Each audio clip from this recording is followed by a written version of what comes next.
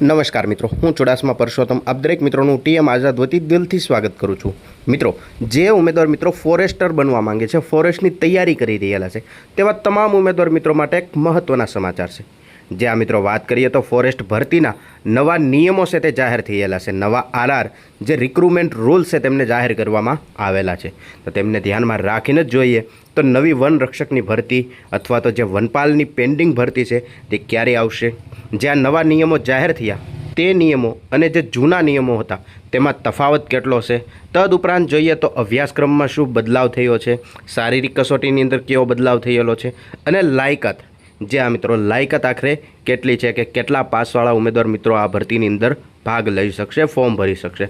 આ તમામ વિગત છે તે આપણે વિડીયોની અંદર વિગતવાર જોવાની છે, માટે ખાસ કરીને વિડીયોને અંત સુધી અવશ્ય જુઓ. તો મિત્રો, જે માહિતી છે તે વિગતવાર સરળ ભાષામાં જોઈએ તો સૌપ્રથમ જોઈએ પરીક્ષાના તબક્કો.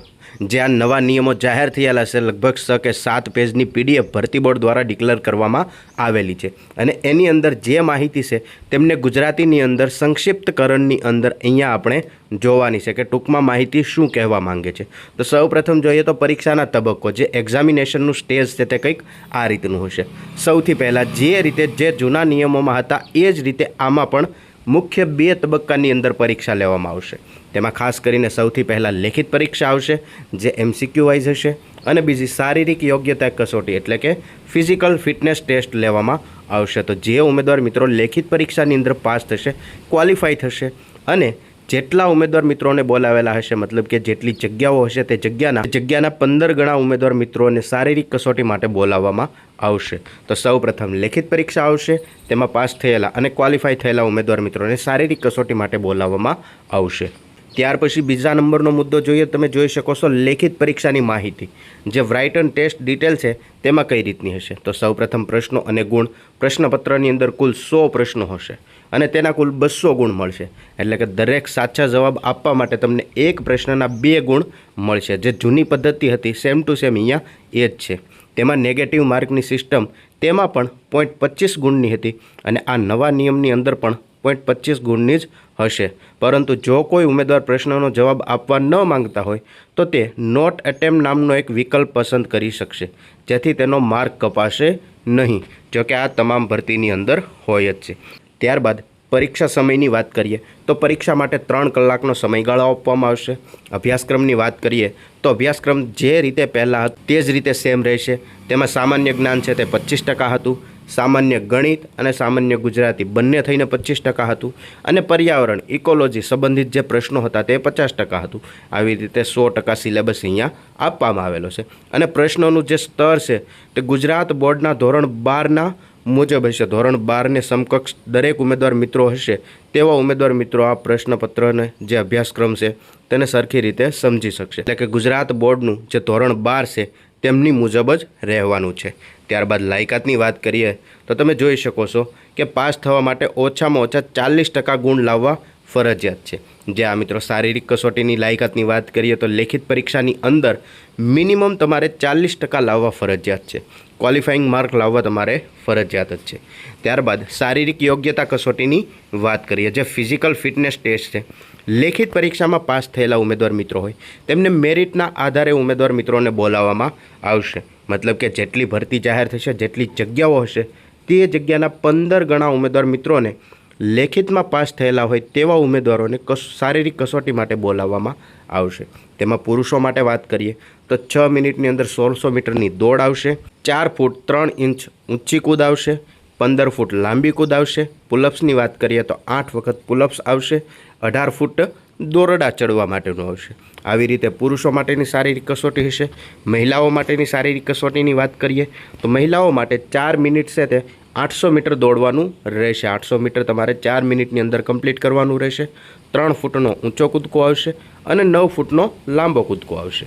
આ કસોટી માત્ર પાસ કરવાની રહેશે. તેમાં કોઈ પણ જાતના ગુણ કે મેરિટ મળશે નહીં, માત્ર ક્વોલિફાઈંગ છે. તમે આ પાસ કરશો ત્યારબાદ તમારા લેખિત પરીક્ષાના આધારે તમારું મેરિટ બનશે. ત્યારબાદ ચોથા નંબરનો મુદ્દો જોઈએ તો શારીરિક માપદંડની વાત કરેલી છે. જે ફિઝિકલ સ્ટાન્ડર્ડ છે તેમની વાત જોઈએ તો પુરુષો છે તે સામાન્ય માટે 163 સેન્ટીમીટર ઊંચાઈ, જે ગુજરાતના STના ઉમેદવારો છે તેમને 155 સેન્ટીમીટરની ઊંચાઈ.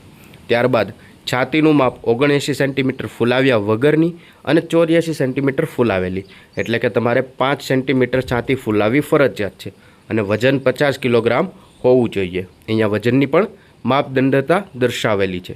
ત્યારબાદ મહિલાઓની વાત કરીએ તો સામાન્ય માટે 150 સેમી ઊંચાઈ જે મહિલા ગુજરાતના જે એસટી ઉમેદવારો છે તેમને 145, તે સિવાયની તમામ મહિલા ઉમેદવારોને 150 સેન્ટીમીટરની ઊંચાઈ અને વજનની વાત કરીએ તો 45 કિલોગ્રામ વજન હોવું જોઈએ. તેમનાથી વધારે હોય તો ચાલે, ઓછું હોવું જોઈએ નહીં. આવી રીતે શારીરિક માપદંડ દર્શાવેલી છે. હવે અંતિમ જે મેરિટ પસંદગી છે તે કઈ રીતની થશે તો તેમના વિશે વાત કરીએ તો અંતિમ મેરિટ લિસ્ટ લેખિત પરીક્ષાના જે મેળવેલા ગુણ હશે તેમના આધારે જ બનશે. કારણ કે અહીંયા શારીરિક કસોટી માત્ર ક્વોલિફાઈંગ જ કસોટી છે. તમે તે પાસ કરી જશો અને તમારે સારા માર્ક થતા હશે તો ફાઇનલ મેરિટની અંદર તમારો સમાવેશ થઈ જશે. ત્યારબાદ આગળ જોઈએ તો જે ઉમેદવારો પાસે એનસીસીનું સી લેવલનું સર્ટિફિકેટ હશે તેમને વધારાના 2 ગુણ આપવામાં આવશે.